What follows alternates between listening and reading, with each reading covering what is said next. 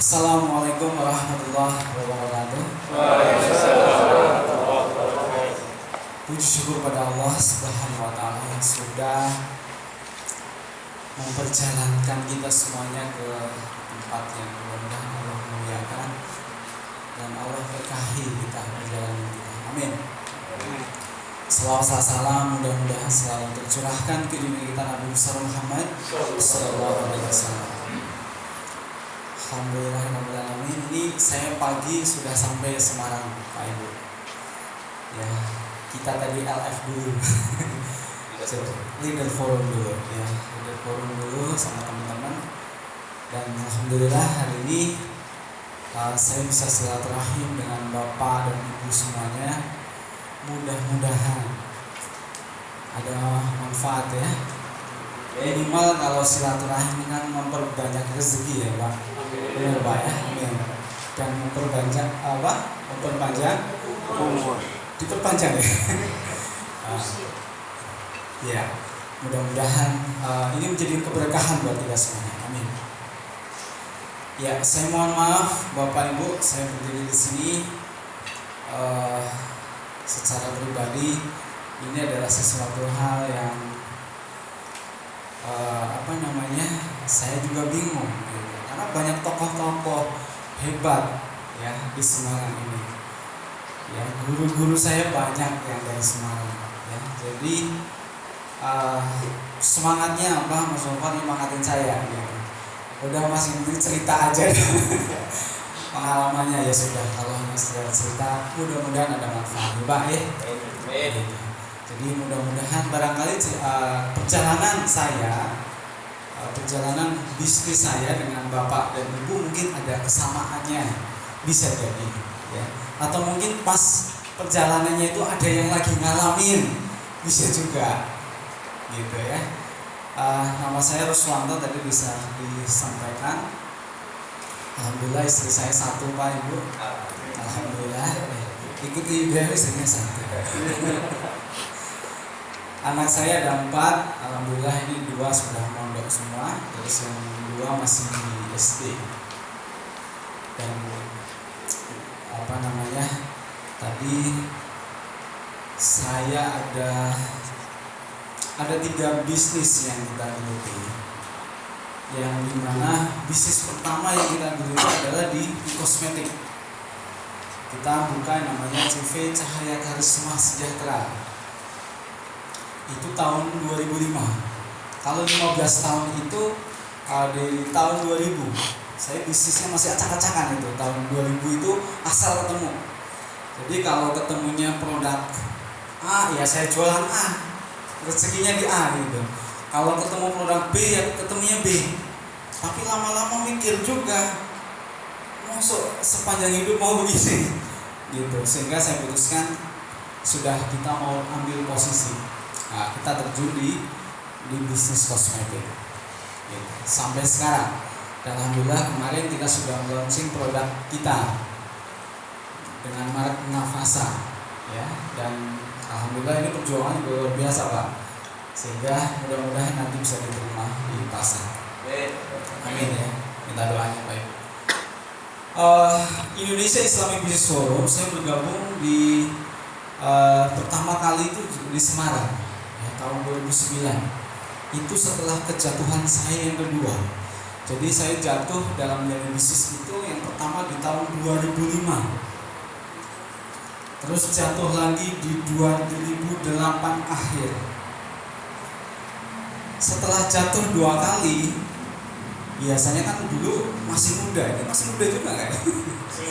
Dulu masih muda itu ya kita tetap semangat gitu, jatuh mau ya tetap jalan aja. Tapi begitu kejatuhan kedua, saya sudah mulai mikir di sana. Kenapa? Karena siklusnya hampir sama. Jadi saya putuskan di sana itu saya mencari guru bisnis. Saya ikut seminar itu kemana-mana ya. Ikut A, B dan macam-macam gitu. Dan ketemulah dengan Bapak Hedi Garbono, Presiden Indonesia Islamic Business Forum. Disitulah kita mulai belajar bagaimana berbisnis, bagaimana kita mengelola perusahaan kita supaya bisa bertahan dan bisa menghasilkan cash, dan bagaimana perusahaan kita itu benar-benar bisa untung. Pada waktu jatuh itu bukan berarti perusahaan saya minus rugi ya, tidak rugi, penjualan tetap bagus ya, omset tetap bagus. Masalahnya adalah duitnya yang tidak bagus duitnya yang tidak ada, dan itu 2 kali sama seperti itu terus. Artinya ada yang salah pasti. Ya sudah, saya nyerah. Waktu itu saya putuskan belajar. Nah, saya ikuti kelas di IBF ya, dulu ada beberapa kelas begitu. Dan sampai sekarang mudah-mudahan menjadi bagian daripada pejuang Indonesia Islam Visual. Ya, di mana kita bukan hanya sekedar memikirkan bisnis kita tetap harus dipikirkan. Tapi kalau sepanjang hidup kita hanya sekedar memikirkan bisnis kita, habis waktu kita. Jangan-jangan di saat kita sudah kaya, kita malah dipanggil, kan gak menikmati juga. Sehingga perjuangan itu harapannya mudah-mudahan Allah jadi ridho dengan kita. Jadi seandainya toh kita sukses dalam bisnis kita, Allah juga ridho dengan kita. Kenapa? Karena kita juga berjuang di sana. Bukan hanya sekedar untuk memikirkan bisnis kita atau hanya sekedar untuk memikirkan keluarga kita. Dulu 2005-2008 sama Pak. Saya itu fokusnya adalah bagaimana caranya saya itu jadi orang kaya. Sudah nggak ada kepikiran yang lain. Pokoknya saya harus kaya. Karena itu doktrin juga dari orang tua. Harus kaya. Itu seperti itu. Sehingga fokusnya adalah bagaimana itu mendapatkan uang, dan bagaimana mendapatkan uang. Dan ternyata itu kurang terus. Dan kalau nggak salah-salah malah jatuh. Sehingga perjalanan hidup kita sepertinya kok kurang berkualitas. Nah, disitulah di Indonesia Islamic Business Forum, pendidikan karakternya di situ itu sangat disentuh. Sehingga kita menjadi seorang pengusaha bukan hanya sukses untuk bisnis kita saja, tapi bagaimana kita sebagai figur seorang pengusaha bisa mewarnai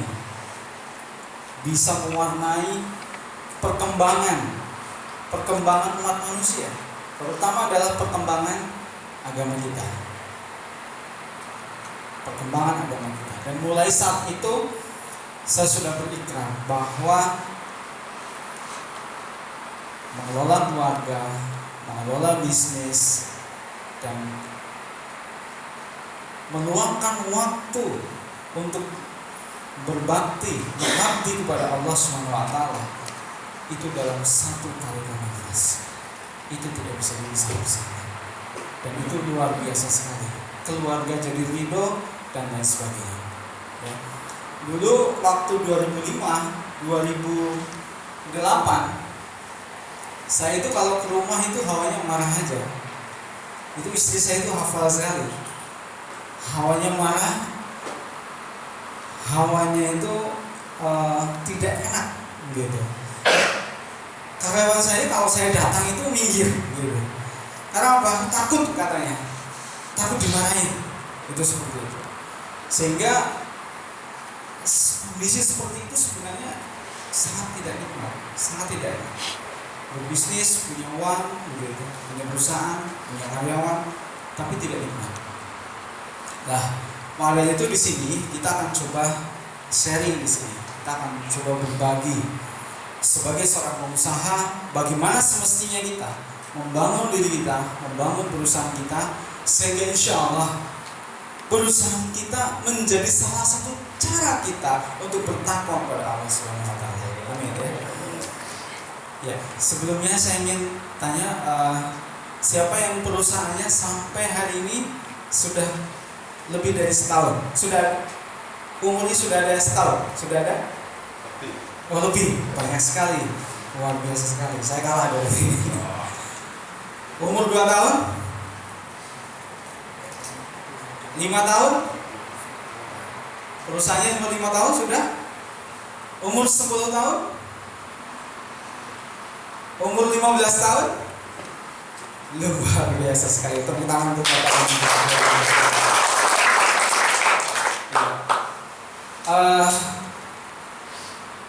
Saya ucapkan terima kasih. Ini guru saya nih, Mas Yudi, ini guru saya, Mas Opar. Ya.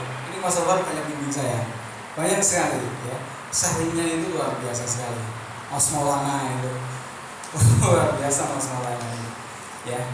Sehingga bersama-sama di IBF kita bisa membangun diri kita, bisa membangun keluarga kita, bisa membangun bisnis kita, dan juga bisa membangun, insya Allah bisa membangun agama kita. Amin. Ya, kita akan ini apa yang kita akan sampaikan ini berdasarkan pengalaman saya dulu. Jadi bagaimana dalam perjalanannya menjalankan bisnis itu memang tidak mudah. Tidak mudah, tapi bukan berarti tidak bisa. Ini yang paling penting adalah mental kita itu harus benar-benar kita bangun. Bagaimana kita membangun? Kenapa? Bisnis itu hari ini seperti ini, besok itu bisa berubah. Kalau kita posisinya hanya selalu nyaman dalam bisnis, itu tidak akan terjadi di sana. Hari ini kompetitor berbeda, besok kompetitor sudah ganti lagi, besok teknologi sudah berubah, besok dan seterusnya terus berubah. Sehingga yang perlu kita ada dalam diri kita adalah daya juang yang tinggi, bahwa selama bisnis kita adalah untuk sesuatu yang baik untuk diri kita, agama kita, insya Allah apapun situasinya akan bisa kita hadapi. Saya selalu lihat bahwa sesudah kesulitan ada kemudahan. Itu ada ayatnya ya. Itu ditegaskan sama Allah 2 kali. Dan itu kalau saya membaca surat itu saya bacanya itu sangat herois, luar biasa. Apalagi kalau lagi sulit. Itu saya senang itu dengan ayat itu. Ya.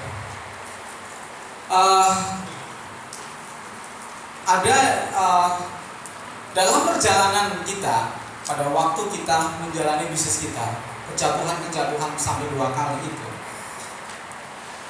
Yang pertama yang membuat kita jatuh adalah terlalu terobsesinya kita dengan produk kita. Terlalu terobsesi dengan produk kita. Saya melaunching produk, kejatuhan saya yang kedua adalah pada waktu saya melaunching produk Hemody Lotion. Hemody Lotion ini kita buat Hemody yang bisa digunakan bukan hanya sekedar untuk membuat kulit kita terawat saja, tapi Hemody itu kita bikin supaya nyamuk itu nggak doyan sama kita. Itu kan keren nggak Pak? Belum ada ya? Belum ada ya Pak? Ada Hemody yang bisa juga untuk anti nyamuk, lotion anti nyamuk. Bu, jadi kalau ibu pakai Hemody saya, ibu di samping ibu nggak kegigit nyamuk, ibu juga sudah merawat kulit ibu. Wah, ini bagus sekali produk ini. Pasti akan booming luar biasa. Pasti akan menarik sekali. Kemudian kita launching di situ. Kita produksi waktu itu langsung 10.000 piece waktu itu. Karena itu kita produksi, kita maklun dengan salah satu pabrik di Surabaya. Begitu launching, kita itu bangga banget kan, karena selama ini kita masih pakai produk orang lain, gitu. Kita hanya sebagai distributor aja. Begitu kita launching, saya tuh bangga sekali di depan tim saya. Inilah saatnya di mana kita itu menjawab tantangan dan tuntutan pasar. Menurut saya tuntutan pasar waktu itu. Di mana Hemody yang kita launching di sini itu bisa kita gunakan untuk merawat semua kulit para wanita dan juga bisa melindungi kulit mereka dari giginya nyamuk. Ini luar biasa sekali. Tim saya tepuk tangan semua, harus tepuk tangan. harus mendukung. Tim saya luar biasa sekali, ya. Dan apa yang terjadi? Hari pertama kita launching, saya sore hari itu saya sudah tunggu gitu. Saya sudah nggak sabar sekali nih, bagaimana laporan jualannya gitu ya. Saya sudah nggak sabar betul. Ini kayaknya ini habis semua nih. Bahkan besok banyak pesanan ini. Itu luar biasa. Kenapa? Obat apa yang namanya lotion nyamuk itu mahal sekali. Itu kita jual dengan harga heboh, itu luar biasa sekali. Dan itu bisa juga menghibur dia. Ternyata pada waktu pulang, tim saya itu lemes semua. Ada apa ini? Kok lemes semua? Apa yang terjadi? Hanya ada satu orang yang bisa menjual, dan satu orang itu hanya bisa menjual 1 biji. Dan itu stok 10.000. Kita hanya bisa menjual 1 biji hari pertama. Alhamdulillah. Dan di situ ya kita nggak, yang namanya bos itu nggak boleh kehilangan muka kan, jadi tenang aja, ini tanda-tanda bagus. Bisa menjual 1 itu tanda-tanda bagus. Tim saya semangat lagi, oh iya Pak, betul, ini tanda-tanda bagus. Saya intinya bagus sekali soalnya. Itu seperti itu. Kemudian hari besoknya sama, ada peningkatan, laku 3 hari besoknya. Alhamdulillah ada kenaikan. Tapi seterusnya tenggelam. Karena apa? Orang bingung. Ini body kok bisa untuk obat nyamuk kok body maju juga gitu ya. Jadi customernya bingung gitu ya. Mau pakai body, takut nanti kulitnya iritasi. Takut untuk obat nyamuk gitu. Ngapain beli mahal-mahal nanti nyamuk tetap gigit, mau body gitu kan. Akhirnya produk itu kita tidak bisa jual sama sekali sampai setahun ngendap. Ya, nggak keluar barangnya. Sampai kita diskon. Caranya adalah untuk membuat produk ini kita habisin dengan paketan. Bikin paket bonus untuk produknya sebagai bonus. Gitu. Kita hajar di segala harga pabrik kita jual.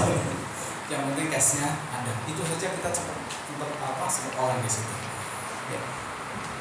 Terlalu terobsesi dengan produk itu salah satu hal yang harus kita hindari. Karena pasti itu akan membunuh kita.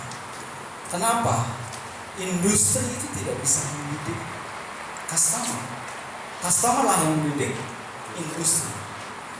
Jadi apa yang diinginkan konsumen itulah yang seharusnya kita wujudkan. Jadi kalau kita mau mulai bisnis, buat teman-teman yang startup barangkali, jadi apa yang harus kita fokuskan? Yang harus kita fokuskan adalah salah satunya di samping yang lain-lain. Salah satunya untuk hal-hal yang lain mungkin sudah banyak sekali yang tahu. Salah satunya adalah apa orientasi pasar. Kalau kita terjun di kosmetik, kita harus survei, bedak contohnya. Bedak kita harus tanya ke toko kosmetik. 10 besar. Terlalu banyak lah kalau 10 besar. 5 besar. 5 besar bedak yang paling laku di toko ini itu apa? Kita harus tahu. Dan semua toko yang paling ramai lah, ngeceknya jangan toko yang sepi. Toko yang paling ramai kita cek, kita tanya karyawan yang paling laku itu apa. Terus kota berikutnya yang paling laku apa? Yang paling laku apa? Kita ambil, kita beli. Jadi bedak mereka, produk kita beli. Paling tinggi ratingnya, berarti itulah kebutuhan konsumen sudah terpenuhi di situ. Kebutuhan konsumen akan bedak itu sudah terpenuhi. Sehingga itulah menjadi standar kita. Minimal bedak kita harus seperti itu. Terus value-nya apa kita? Kan begitu. Value yang harus kita masukkan dalam bedak ini itu apa? Supaya produk kita itu bisa ngangkat. Kualitasnya sudah. Kalau kualitas itu tidak terlalu sulit sebenarnya. Apalagi kalau yang sudah ahli diproduksi. Barang apapun itu bisa diproduksi di Indonesia. Dan orang-orang Indonesia itu udah jago-jago. Kemarin saya datang ke pabrik di Surabaya itu, saya ngajuin beberapa merek, beberapa item produk itu langsung keluar semua komponennya. Oh ini sekian, langsung keluar semua. Jadi kalau dikatakan Indonesia nggak bisa bikin produk bagus, itu bohong. Hanya Unilever aja yang bagus, bohong sekali. semua produk itu bisa dikurai. Ya, semua produk sampai per milinya berapa, kandungannya, komposisinya berapa persen, itu berapa, itu semuanya bisa dipelajari. Itu seperti itu. Nah, yang paling penting adalah karena kita pemain baru, value-nya kita itu apa? Contoh, kalau beli bedak ini, Anda sudah beramal untuk anak yatim, contohnya begitu. Itu value. Sehingga orang bukan hanya sekedar membeli bedak bagus, tapi karena juga kalau saya beli bedak ini kualitasnya sudah sama, tapi juga ini ada untuk santunan anak yatim. Jadi saya sudah tetap pakai bedak, kebutuhan saya terpenuhi, kualitas saya terpenuhi, tapi saya juga tetap bisa membantu anak yatim. Contohnya begitu. Value itu seperti itu. Itu yang pertama. Terus yang kedua, yang membuat salah satu kenapa jatuh yang saya alami, nggak tahu dengan Bapak Ibu, yang saya alami adalah speed, terlalu cepat, terlalu nafsu. Bahasa Semarangnya apa? Pengen ini cepet dan oke. Itu penyakit sebenarnya. Ya, kenapa? Seperti kita naik mobil dengan kecepatan yang sangat tinggi, lubang itu nggak bakal kelihatan. Lubang itu sepertinya mulus jalannya lubang. Kenapa nggak kelihatan? Saking apalagi sudah ngebut, gelap lagi. Sudah, gitu. Kira-kira pakai kira-kira ini bagus nih ekspansi ke sana. Habis kita. Nah, ini pada waktu saya 2005 kita jatuh itu karena kita ekspansi dan kita posisi waktu itu belum siap. Kita ekspansi waktu itu ke Wonosobo. Kita buka cabang di Wonosobo. Dan pada waktu itu kita sangat belum siap. Secara manajemen belum siap, tapi kita termakan oleh informasi betapa menggiurkan pasar Wonosobo. Apalagi kalau lagi panen tembakau. Luar biasa. Sehingga kita berangkat ke sana dengan berbagai macam energi yang kita miliki. Ternyata informasinya itu tidak sepenuhnya tepat. Kenapa? Tidak dipelajari dengan sangat baik. Yaitu tadi, kita yang paling penting adalah kita untung. Ada keuntungan kita ambil, langsung sikat aja. Itu seperti itu. Dan ini juga diulang. Waktu itu saya tidak tahu dengan bahasa speed karena belum kenal IBM. 2008 akhir kita ekspansi karena pada waktu itu saya bikin satu tempat di Pekalongan. Pada waktu itu satu kamar itu bisa menghasilkan keuntungan yang lumayan buat saya. Dan pada waktu itu tim kita sudah sangat siap. Bahkan waktu itu kita punya tim yang sangat banyak. Saya pernah sampai punya tim marketing itu sampai 120 orang. Dan ternyata separuhnya itu mafia semua. Kita ekspansi luar biasa. Kita langsung buka di Banjarnegara, kita langsung hanya dalam waktu 3 bulan kita ekspansi di Banjarnegara. Habis itu besoknya 3 bulan kemudian kita buka lagi di Purwokerto. Dan di situ juga sama, kita akhirnya jatuh, tapi tidak parah amat dibanding kejatuhan yang pertama. Itu seperti itu. Ya, terlalu cepat berkembang. Nah, ini di sini ada konsepnya antara perusahaan antara kuat dan besar. Mungkin barangkali sudah sering dibahas ya, antara kuat dan besar. Perusahaan kuat itu seperti apa? Bagaimana perusahaan itu dikatakan kuat? Kuat secara keuangan, kuat secara tim. Bagaimana kita bisa melihat bahwa perusahaan itu benar-benar kuat, maupun kuat secara konsep bisnisnya. Itu seperti itu. Ya. Jadi ini penyakit yang kedua ini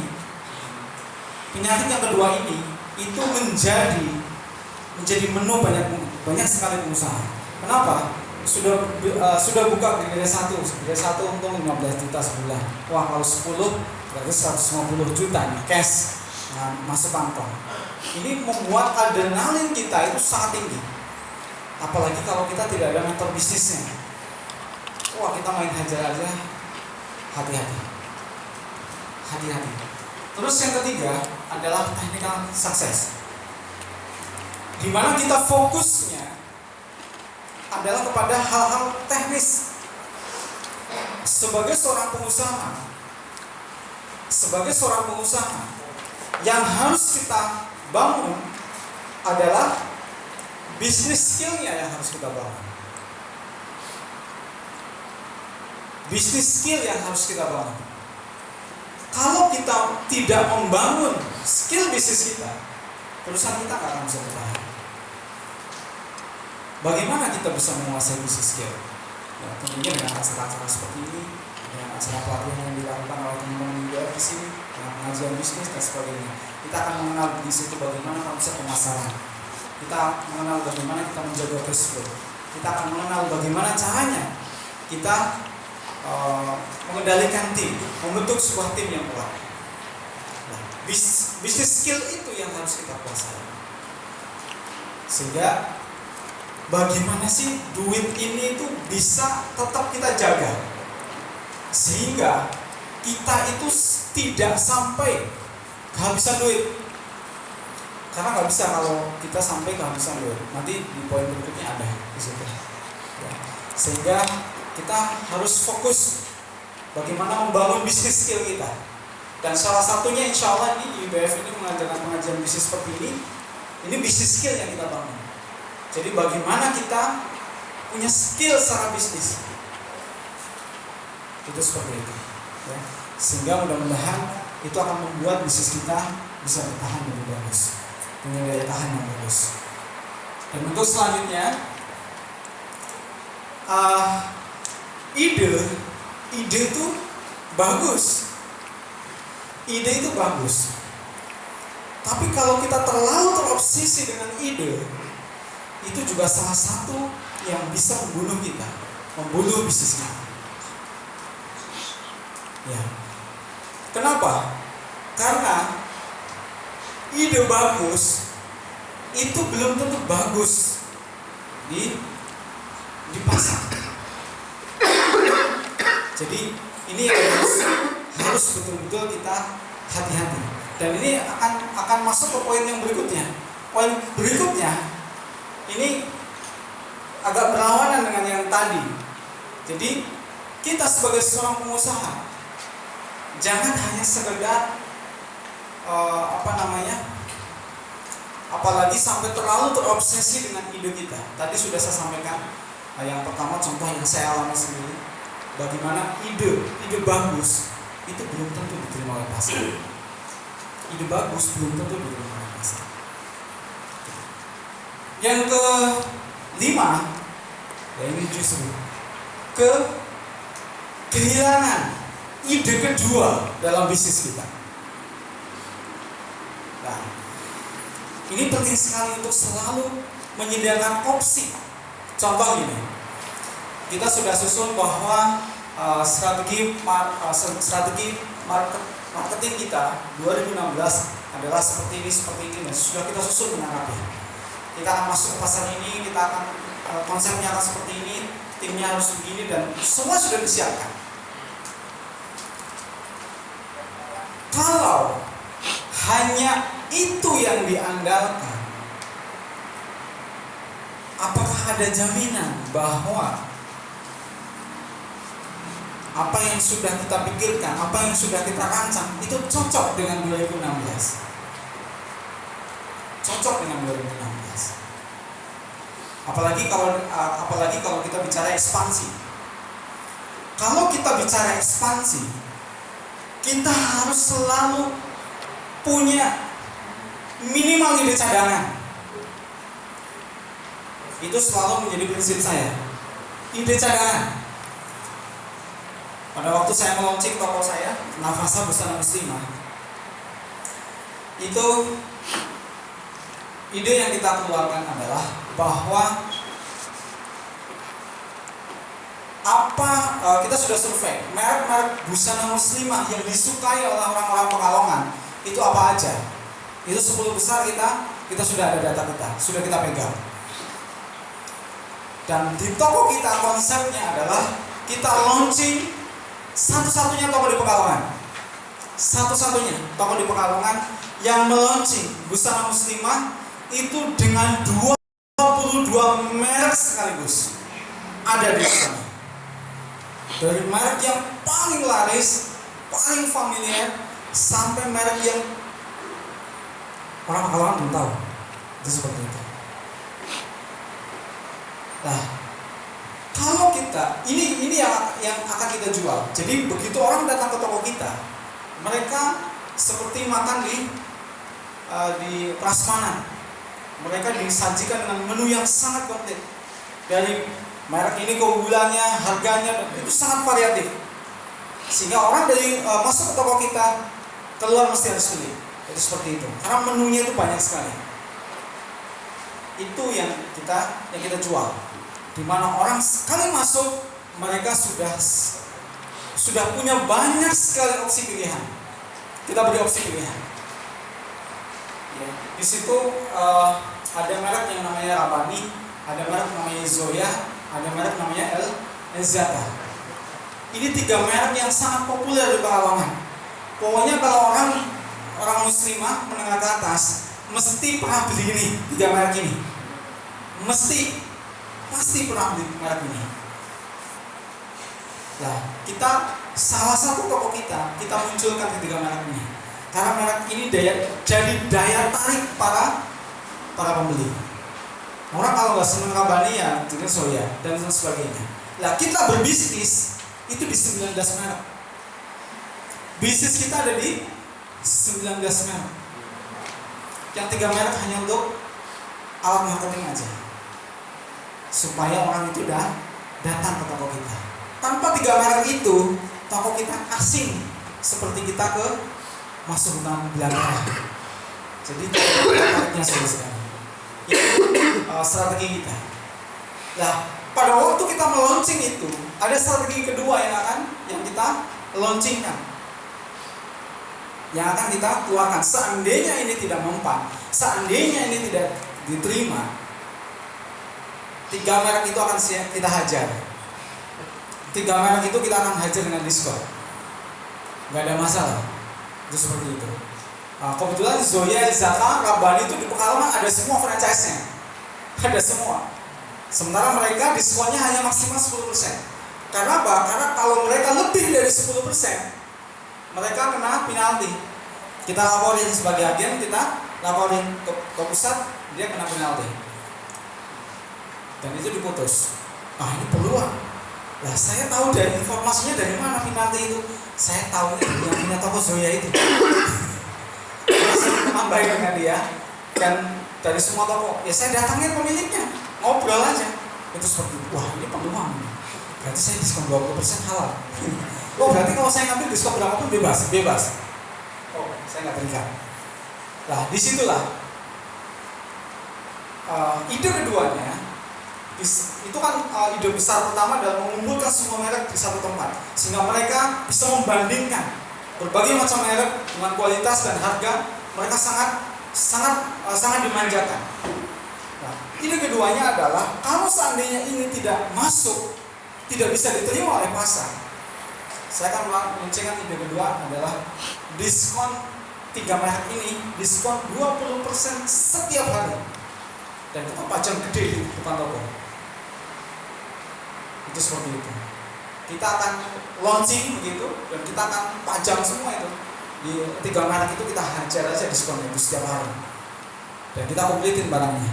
Semua orang akan datang. Orang mau beli Zoya, Rabbani mesti senangnya sama kita karena ada sesi diskon 10% kan lumayan. Tapi ide itu yang kedua itu sampai sekarang tidak terlaksana. Alhamdulillah. Alhamdulillah. Karena pada waktu launching pertama 3 hari kita launching. Alhamdulillah satu toko kita bisa meng-create omset 120 juta 3 hari, alhamdulillah. Sehingga konsep itu benar-benar diterima oleh pasar. Kenapa? Karena mereka memang membutuhkan barang itu. Dibanding seandainya saya ciptain merek sendiri, taruhlah begitu, sudah biaya yang mahal sekali, belum tentu dikenal, belum tentu dibeli. Nah, saya akan mulai melewati itu. Dan insya Allah kita doanya, begitu kita sudah 5 outlet, target kita 5 outlet, itu kita bisa setiap tahun bikin 2 outlet. Setelah saya hitung, kalau saya sudah bisa bikin 5 outlet dengan penjualan yang sama, setiap tahun kita akan bisa buka 2 outlet toko Busana Muslimah. Nah, target kita adalah begitu sudah 5, kita sudah mulai mengeluarkan merek kita sendiri. Sudah mengeluarkan merek Busana Muslimah kita sendiri. Itu seperti itu. Apalagi sekarang kita gabungkan antara Nafasa Busana Muslimah dengan bedak dan handbody-nya. Jadi kosmetiknya kan mereknya Nafasa juga. Jadi kalian kita gabung di situ dan itu membuat posisi toko kita itu naik. Karena banyak sekali pelanggan yang datang, wih, Nafasa sudah punya bedak sendiri ya. Nafasa sudah punya handbody sendiri. Itu seperti itu. Dan lain sebagainya. Ya, sehingga ide kedua itu mutlak harus kita punyai. Kenapa? Begitu ide pertama itu tidak masuk, tidak diterima pasar, ide kedua harus sudah langsung main. Kalau tidak, habis kita. Nah, toko apapun, toko ya. Kalau kita bicara toko atau outlet, kuncinya adalah ada di grand opening. Kuncinya ada di grand opening. Gagal di grand opening, gagal itu toko. Susah sekali. Kuncinya ada di grand opening. Jadi Bapak Ibu yang mau launching toko barangkali, toko apapun ya, mau makan atau apapun, outlet, ya, kuncinya adalah di grand opening. Maka dari itu jangan buru-buru grand opening.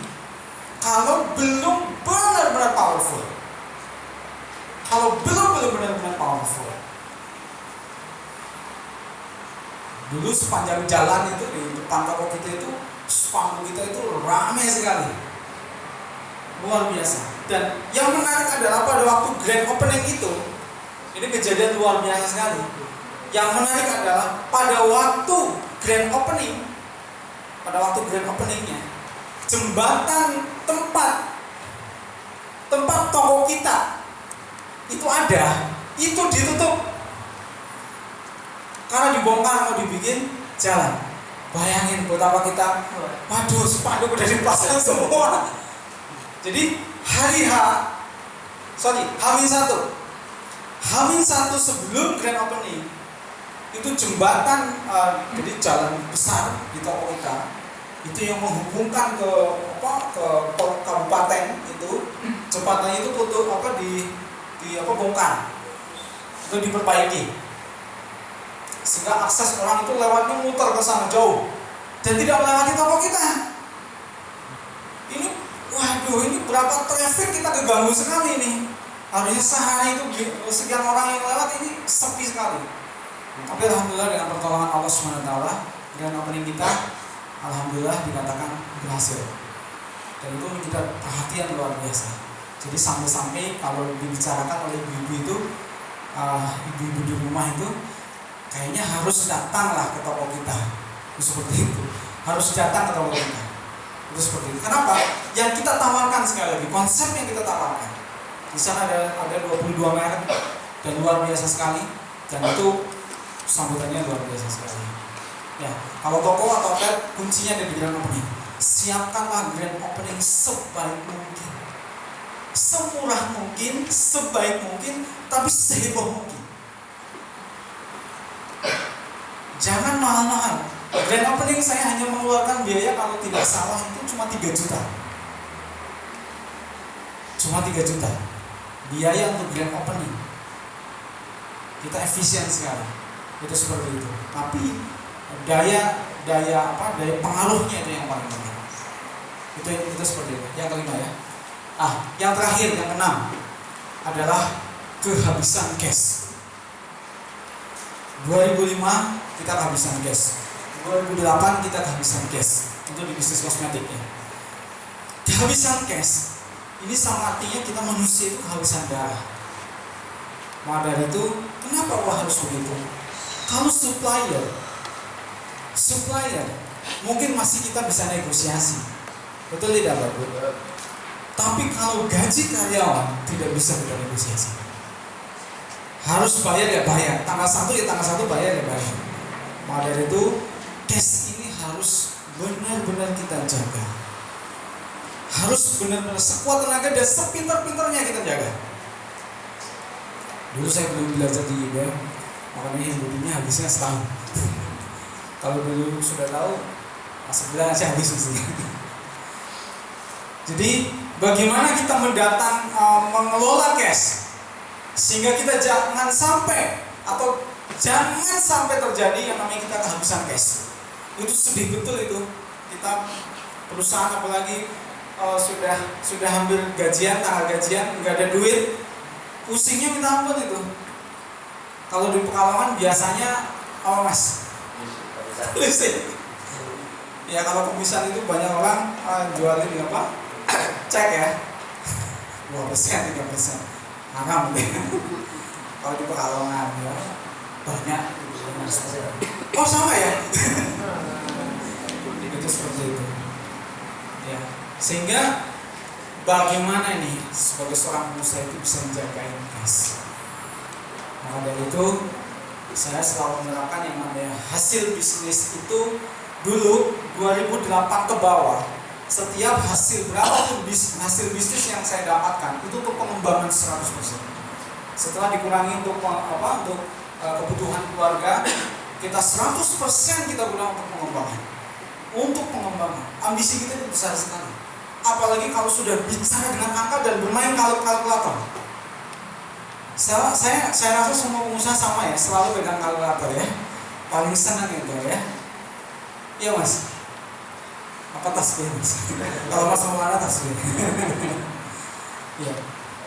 Jadi semakin banyak penghasilan yang kita dapatkan, itu semakin membabi buta kita biasanya. Kalau coba segini, kalau coba segini. Kalau 3 cabang, kalau 5 cabang, kalau 4 cabang, seterusnya begitu. Lama-lama kita benar-benar habis di sana, karena banyak hal yang tidak terkontrol. Jadi bagaimana kita sebagai seorang pengusaha pintar-pintar dalam mengendalikan cash, menjaga biar duit itu jangan sampai habis dari kas kita, dan itu harus dijaga betul. Itu seperti itu, sehingga insya Allah mudah-mudahan perusahaan kita bisa tetap survive. Amin. Nah, itu 6 hal yang harus kita perhatikan betul-betul. Kadang-kadang ini saya udah tahu gampang gitu. Gampang-gampang kok melakukan lagi. Iya, salah satunya banyak sekali korbannya. Teman-teman di IBM itu juga masih ada, kadang-kadang lupa. Karena makan adrenalin kembali itu. Benar enggak? Kalau sudah hitung-hitung asik nih kalau segini. Sudah. Seperti itu. Maka itu di sini itu bukan untuk dihafalkan, tapi untuk dipahami dan menjadi salah satu patokan minimal. Ini kan patokan minimal standar. Kalau ini nggak kita pakai, artinya kita di bawah standar. Itu seperti itu. Saya rasa begitu. Ya. Masih ada waktu? Kalau masih ada waktu kita informasikan program IBM Pusat ya? Tanya jawab dulu. Baik. Alhamdulillah, terima kasih jawabannya. Walaupun mungkin tidak mungkin ya 15 tahun pengalaman up and down bisnisnya dijelaskan dalam berapa tadi ya 40 menit. Bapak Ibu sekalian, saya yakin pasti ada pertanyaan di benak Bapak Ibu. Mumpung ini kesempatannya ada, mantonya ada di sini, silakan yang ada pertanyaan, 2 orang dulu.